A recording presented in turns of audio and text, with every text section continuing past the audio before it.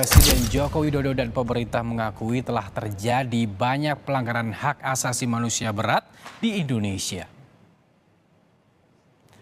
Dalam paparannya, Presiden Jokowi menaruh simpati kepada keluarga korban pelanggaran HAM berat. Pemerintah menjamin akan memulihkan kembali hak-hak para korban secara adil dan bijaksana. Komnas HAM menduga terjadi pelanggaran HAM dalam bentrok penolakan PSN Rempang Eco City yang terjadi pada tanggal 7 dan 11 September 2023. Hal ini diungkapkan oleh Komisioner Komnas HAM Saurlin P. Siagian pada Jumat 22 September 2023.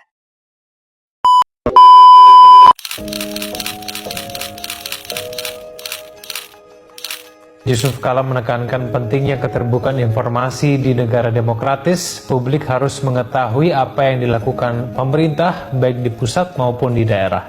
Bahkan masyarakat harus dilibatkan untuk berpartisipasi dalam pembangunan. Dalam suatu negara yang demokratis, bukan partisipasi masyarakat yang luas.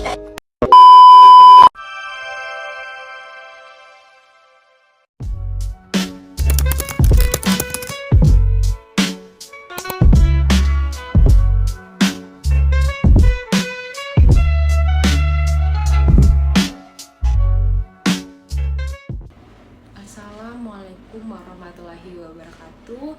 Perkenalkan, nama saya Nadine Alisa Azura dengan NPM D1A023406. Saya berasal dari kelas G. Di sini saya akan menjelaskan tentang materi hukum dan HAM yang dimana saya ambil berdasarkan dari buku Aris Priyo Agus Santoso SHMH. Di sini saya mengambil pembahasan dari bab pertama, yaitu negara hukum dan demokrasi.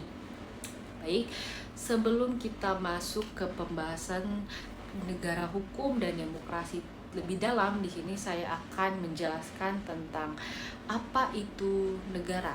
Nah, negara ini pada sejatinya itu merupakan sebuah entitas sosio, historis dan politis yang muncul dari naluri fundamental manusia untuk hidup bersama dalam komunitas yang terstruktur dan teratur, di mana negara ini sendiri bukan hanya sekedar gugusan teritorial, melainkan suatu organisasi kekuasaan yang diciptakan melalui konsensus untuk suatu organisasi untuk mengakomodasi kepentingan kolektif yang beragam serta mencapai tujuan luhur bersama. Nah, yaitu ada 3 tujuannya, yaitu keamanan, keadilan, dan kesejahteraan.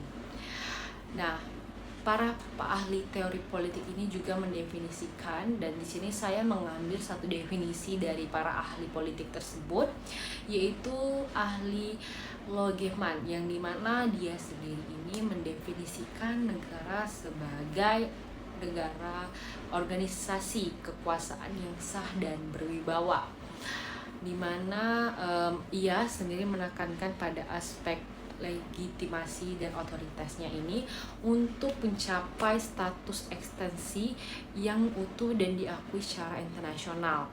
Nah, untuk fondasi sebuah negara ini harus mencakup 4 elemen yang esensial, yang dimana yang pertama adanya wilayah atau definite territory dengan batas-batas yang jelas, dan yang kedua populasi atau sekelompok manusia yang menetap pada wilayah tersebut, dan ketiga pemerintahan yang efektif dan diakui. Nah, yang paling terakhir itu adalah kedaulatan, di mana kedaulatan ini merupakan kekuasaan tertinggi untuk mengatur suatu urusan domestik tanpa campur tangan orang asing. Lanjut, dalam tatanan global kontemporer ini, kualitas dalam peradaban sebuah negara ini diukur dari dua pilar utama yang saling mengunci. Nah, itu adalah pembahasan yang judul pembahasan saya ini, yaitu adalah negara hukum dan demokrasi. Nah, kedua pilar ini bersifat integral, di mana jika demokrasi tanpa hukum ini akan membawa pada anarki atau tirani mayoritas. Nah, sementara jika hukum tanpa demokrasi ini akan menjadi alat otoritarisme. Nah, Indonesia sendiri memilih jalur sinergis ini sebuah komitmen secara eksplisit yang dimana ditegaskan pada pasal 1 ayat 3 Undang-Undang Dasar 1945 ini, yang menyatakan negara Indonesia ini merupakan negara hukum, dan keputusan konstitusional ini secara tegas menempatkan hukum ini sebagai tata tertinggi atau panglima tertinggi dalam mencegah adanya kekuasaan yang bersifat absolut ya. Nah, kita lanjut ke pembahasan tentang apa itu negara hukum. Nah, negara hukum atau restart atau rule of the law ini merupakan prinsip filosofis dan struktural yang dimana menetapkan bahwa semua cabang kekuasaan ini seperti legislatif, eksekutif, dan maupun yudikatif ini harus tunduk dan beroperasi dalam bingkai hukum yang jelas dan tidak boleh bertentangan. Nah, tidak boleh bertentangan atau di luar dari bingkai hukum yang jelas ini, dan prinsip ini mempertahankan prinsip ini adalah pertahanan utama terhadap kesewenangan atau abuse of power. Nah,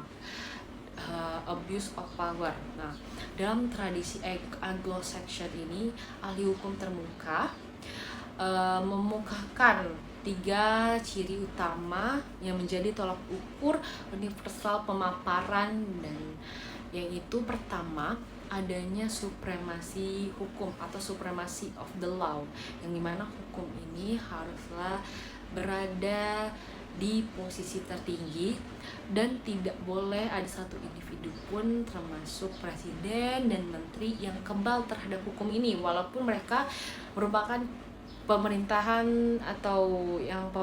yang memerintah negara tertinggi, gitu kan jabatannya. Dan prinsip ini juga menegaskan bahwa setiap adanya tindakan melanggar hukum harus ditindak secara tegas, dan seseorang hanya dapat dihukum berdasarkan pelanggaran secara eksplisit diatur dan dilarang oleh undang-undang, yaitu kita menganut asas legalitas. Nah, apa itu asas legalitas? Asas legalitas ini yaitu adalah suatu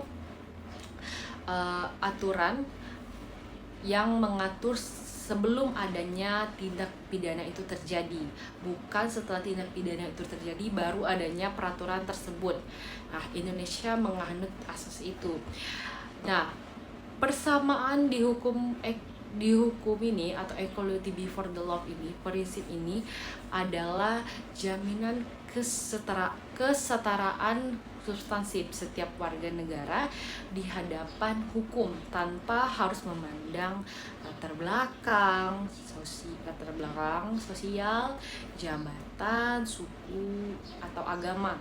Nah, hukum itu harus diterapkan secara imparsial dan tidak diskriminatif. Diskriminatif ini seperti suku atau agama tadi, dan secara latar belakang itu adalah sosial dan jabatan tadi. Nah, proses hukum yang adil itu atau disebut dengan due process of law ini, hal ini menjamin tentang perlindungan menyeluruh terhadap hak-hak fundamental individu, dan tidak hanya melalui undang-undang yang undang-undang substansif, tetapi dia juga melalui prosedur peradilan yang transparan, bebas, dan adil. Ini juga mencakup hak untuk mendapatkan pembelaan dan hak untuk didengar, dan juga hak untuk diadili oleh hakim yang independen. Nah, selain ciri-ciri tadi yang saya sebutkan, di sini saya akan juga membahas tentang konsep modern seperti formal legality ya, yang diperkenalkan oleh Brian Tamanaha. Nah, dia mendefinisikan prinsip ini menekankan kepastian dan prediktabilitas hukum ini, menuntut hukum agar harus bersifat clear atau bersifat jelas. Nah, dan diumumkan kepada publik atau yang bisa kita sebut secara terbuka atau terbuka untuk umum. Nah, dan dimana juga dia mendefinisikan atau menuntut hukum ini agar tidak berlaku syurut atau non retroaktif, sehingga warga negara ini dapat menyesuaikan perilakunya. Nah, dalam prinsip-prinsip universal ini diintegritaskan dalam konteks Indonesia, negara hukum Pancasila. Nah, dalam itu ada juga Muhammad Tahir Azhari ini mengidentifikasikan ciri-ciri pentingnya, termasuk prinsip keadilan persamaan yang berakar pada sila-sila Pancasila atau yang bersumber dari Pancasila. Nah, yaitu yang terpenting itu terdapat pada syarat fundamental bagi peran aktif pemerintah untuk menyelenggarakan tata kehidupan secara rasional, efektif, dan efisiensi guna untuk menjamin kesejahteraan rakyat,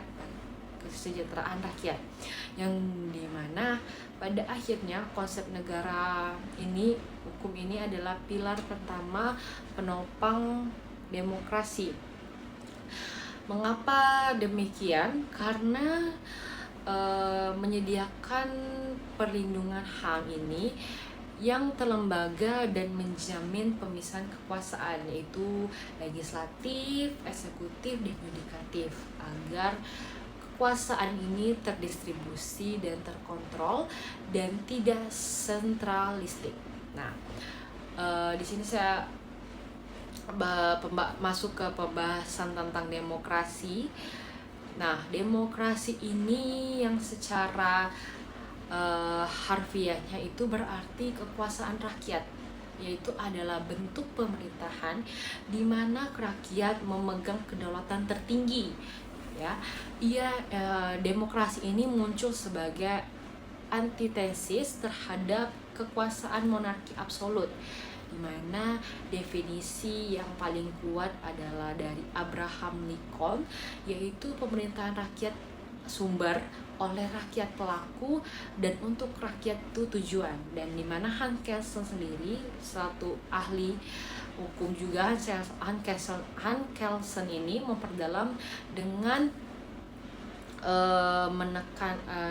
menekankan bahwa wakil rakyat itu yang terpilih mengemban amanah dan memperhatikan segala kehendak dan kepentingan rakyat, dan menggarisbawahi prinsip akuntabilitas. Bentuk-bentuk demokrasi dapat dikualifikasikan juga secara mendalam. Nah, berdasarkan proses demokrasi ini itu ada dua, yaitu ada langsung dan tidak langsung. Nah, Indonesia menganut yang demokrasi secara tidak langsung. Nah, di sini demokrasi langsung itu melibatkan partisipasi rakyat secara utuh, misalnya referendum. Nah, sementara demokrasi tidak langsung ini yang diadopsi oleh Indonesia ini dilakukan melalui perwakilan rakyat. Nah, berdasarkan bentuknya, prosedural dan substansial ini, demokrasi prosedural fokus pada mekanisme teknis pemilu, sedangkan demokrasi substansial ini mengukur keberhasilan dan terwujudnya nilai-nilai demokrasi ini seperti perlindungan terhadap kaum minoritas dan kebebasan sipil. Nah, berdasarkan ideologinya ini, demokrasi Pancasila, Indonesia memilih jalur untuk demokrasi Pancasila yang membedakan liberalisme terlalu individualistik atau sosialisme terlalu kolektif. Nah, demokrasi Pancasila ini mengakar pada nilai-nilai ketuhanan, kemanusiaan, persatuan dan kerakyatan, dan juga serta mengutamakan musyawarah untuk mencapai suatu mufakat daripada voting mayoritas berlaka. Nah, tegaknya demokrasi ini secara berkelanjutan tidak dapat hanya mengandalkan proses politik formal, melainkan juga harus ditopang oleh unsur-unsur lain, yang dimana seperti masyarakat madani atau civil society merupakan masyarakat yang memiliki ciri-ciri terbuka, egaliter, dan bebas dari dominasi politik.